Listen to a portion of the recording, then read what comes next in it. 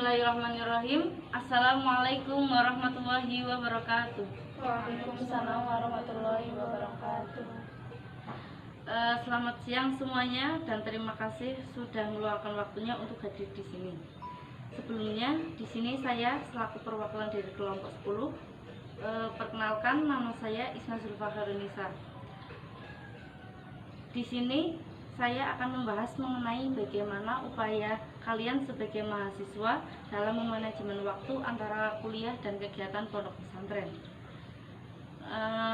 Biar enak, terlebih dahulu kita perkenalan dulu ya dari yang paling pojok. Silakan. Perkenalkan, saya Fitna Aisyani dari Prodi Ekonomi Syariah. Perkenalkan, nama saya Lulu Alia Rahma dari Prodi Hukum Keluarga Islam. Perkenalkan, nama saya Dina Putra Esa dari Prodi Ekonomi Syariah D. Perkenalkan, nama saya Nurizati Amanah dari 4 MPIC. Baik, sebelum kita memulai wawancara ini bersifat santai, namun ada beberapa peraturan.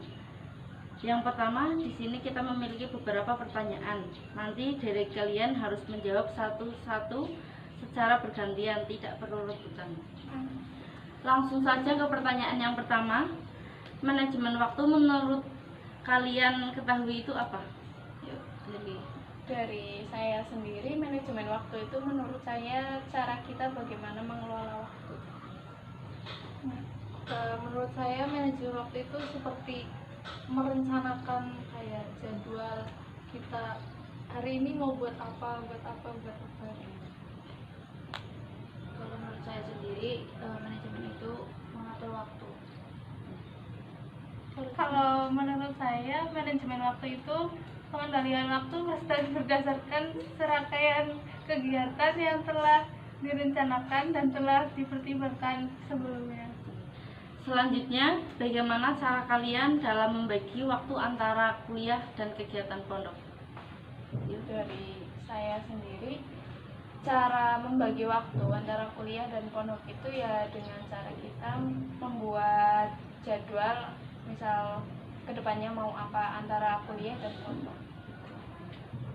Ya, menurut saya antara pembagian waktu antara kuliah dan pondok pesantren mungkin kan sudah ada jadwal sendiri, jadi bisa ya sepintar kita gimana memanage waktu, mengatur jadwal. Jadi saya sendiri saya sependapat dengan Mbak yang tadi telah menjelaskan. Cuma ya intinya pada saat kita mengaji pada saat ada sesi break siang itu ya kuliah gitu kan, pasti ada, tidak pernah tabrakan dengan jadwal kuliah. Kalau saya sama sih kayak yang tadi disebutkan Mbak Jinda, pasti kan kuliah sama pondok kan punya jadwalnya masing-masing, jadi sebisa mungkin kita mengelola dan memanage waktunya. Kalau misalkan mungkin tabrakan, mungkin kan kalau ngaji bisa ada rukhsah atau keringanan buat kuliah kan, biasanya setiap pondok kan gitu. Baik, terima kasih. Lalu, apa yang kalian lakukan ketika keduanya terjadi bentrok? Dari saya mungkin lebih menentukan skala prioritas di antara kuliah dan pondok ya, karena antara kegiatan pondok dan kuliah pasti kan ada yang lebih penting. Ya mungkin kurang lebih sama ya, sama kayak jawaban Mbak Fitna, lebih memprioritaskan yang lebih penting dulu. Mungkin keduanya sama-sama penting, tapi salah satunya mungkin ada yang lebih penting. Kalau saya sendiri ya bergiliran saja, saatnya misalkan bentrok di minggu pertama saya lebih fokus ke kuliah, nanti di minggu kedua ada bentrok lagi saya fokus ke pondok kayak gitu. Pasti kan ada toleransi antara yang tidak masuk pondok itu minimal 3 kali misalkan, ataupun kuliah yang minimal 3 kali alfa, jadi ya tidak masalah, bergantian saja. Kalau saya ya sama sih yang tadi disebutkan, kan ada keringanan kan pasti dari pondokan. Terus juga ya pintar-pintar ngatur aja sih, ngatur waktunya mana yang lebih prioritas. Misalkan ada tugas untuk presentasi kan pasti kan yang diprioritaskan pasti kan kuliah. Kalau ngaji kan ya prioritas juga, tapi kan ada waktunya gitu, ada waktu tertentu. Lalu, kesulitan apa yang kalian hadapi untuk memanajemen waktu antara kuliah dan mondok? Dari saya sendiri paling untuk kesulitan dalam mengerjakan tugas ya, karena kegiatan di pondok kan lumayan padat dari habis maghrib sampai ke subuh. Paling kesulitan buat mengerjakan tugas. Kalau menurut pendapat saya mungkin kurang lebih sama juga, terus sama kayak dari antara jarak sama pondok dari pondok ke kuliahan kan jaraknya jauh, terus saya tidak membawa kendaraan juga sendiri pribadi, jadi untuk membutuhkan kayak cari transportasi untuk ke kampusnya itu lumayan susah, jadi kudu berangkat gasik ya. Saya jawabannya sama seperti Mbak yang tadi telah menyampaikan, yaitu mungkin kendalanya pada yang tugas ataupun pada saat ulangan juga kan. Dari saya juga termasuknya kayak merasa terganggu apabila terlalu berisik kan, karena pondok nggak mungkin menyesuaikan kita untuk diam semua pada satu TS, jadi ya bentar-bentar kita aja. Kalau menurut saya lebih susahnya kalau misal ada dosen yang belum tentu jadwalnya kayak online atau offline, sedangkan pondok juga ada kegiatan lain, itu lebih susah sih. Seperti kayak contohnya lagi ngaji tiba-tiba ada pesan dari teman apa grup kan, biasanya grup makul, terus sekarang UTS di kelas dikumpulin ke kampus gitu kan, lumayan ribet, terus juga kendala transportasi, waktunya juga, terus kegiatan juga sih mungkin. Apakah ada pengaruhnya antara kuliah online dan offline dalam memanajemen waktu? Kalau gitu pasti ada ya kan, kalau misalkan online lebih fleksibel, kapan aja bisa, terus juga kalau pertemuan segini kurang kan bisa ditambah malam hari di hari berikutnya itu kan bisa, terus juga kita bisa sekalian kalau ada kegiatan pondoknya bisa jadi satu gitu kan, maksudnya nggak ribet kita harus ke kampus dan ninggalin satu kegiatan lain.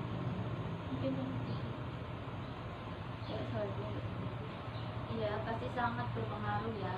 Kalau online itu pun pasti kita lebih mudah dalam memanage waktu antara pondok dengan kuliah, karena online itu kan bisa disambi ya, antara ngaji misalkan nanti ada kuliah dadakan kan kita bisa diam-diam lah kayak online, kuliah online sembari ngaji ya gitu. Kalaupun misalkan offline, nah itu lebih sulit lagi, jadi ya pasti sangat berpengaruh. Pendapat saya mungkin kurang lebih sama seperti pendapat yang pertama sama yang kedua ya. Kalau kuliah online itu bisa sambil disambi kegiatan yang lainnya kayak nyuci, terus yang ngaji juga tadi bisa sambil pakai headset mungkin kan, biar ngajinya kedengeran kuping satu, yang kuliahnya kuping satunya lagi. Kurang lebih seperti itu. Ya, dari saya sendiri juga sama seperti itu, karena mungkin kalau offline itu harus direncanakan dari misal kemarinnya begitu, jadi kita harus menentukan ke kampus misal menggunakan transportasi apa, lalu jam berapa berangkatnya gitu. Kalau online kan fleksibel ya, bisa jam kapanpun dan di mana. Lalu bagaimana antisipasinya jika manajemen waktu yang kalian lakukan itu gagal? Jadi Mbak Fitnah, Dari saya kalau manajemen waktunya gagal ya kita harus mempersiapkan perencanaan yang lain gitu, jadi harus selalu ada plan B di belakang plan A. Ya, menurut pendapat saya kan dari awal kita emang sudah membuat perencanaan, mungkin ada perencanaan 1, kedua, ketiga. Kalau perencanaan ke-1 pertama gagal, bisa menggunakan perencanaan yang kedua, ketiga, dan selanjutnya. Kurang lebih sama. Iya, jawaban saya sama kayak yang tadi disampaikan oleh Mbak. Cuma ya itu, kalau gagal yang plan pertama ya kita ke plan B. Terus untuk plan B sendiri ya direncanakan kemudian setelah yang plan A itu gagal. Kalau saya ya sebaiknya sebelum menyusun manajemen waktu kita nanti mau ngapain emang harus ada plan B sih, soalnya kan kuliah sama pondok kan biasanya belum jelas juga. Kalau kuliah online itu kan biasanya planningnya kan masih ya nanti tunggu saya apalah gitu kan. Harus punya rencana cadangan kalau yang awal gagal. Oke, terima kasih semuanya. Baik, saya kira ini cukup karena saya sudah memberikan beberapa pertanyaan tadi. Namun sebelum menutup wawancara ini, saya ingin bertanya, apakah boleh saya menghubungi kalian kembali jika ada hal-hal yang belum lengkap? Monggo, monggo. Oke, dan saya sebagai perwakilan dari kelompok 10 mengucapkan terima kasih kepada teman-teman karena sudah menyempatkan waktunya untuk hadir di sini. Maaf jika mengganggu waktu kalian, serta meminta maaf apabila ada kesalahan yang saya ucapkan tadi.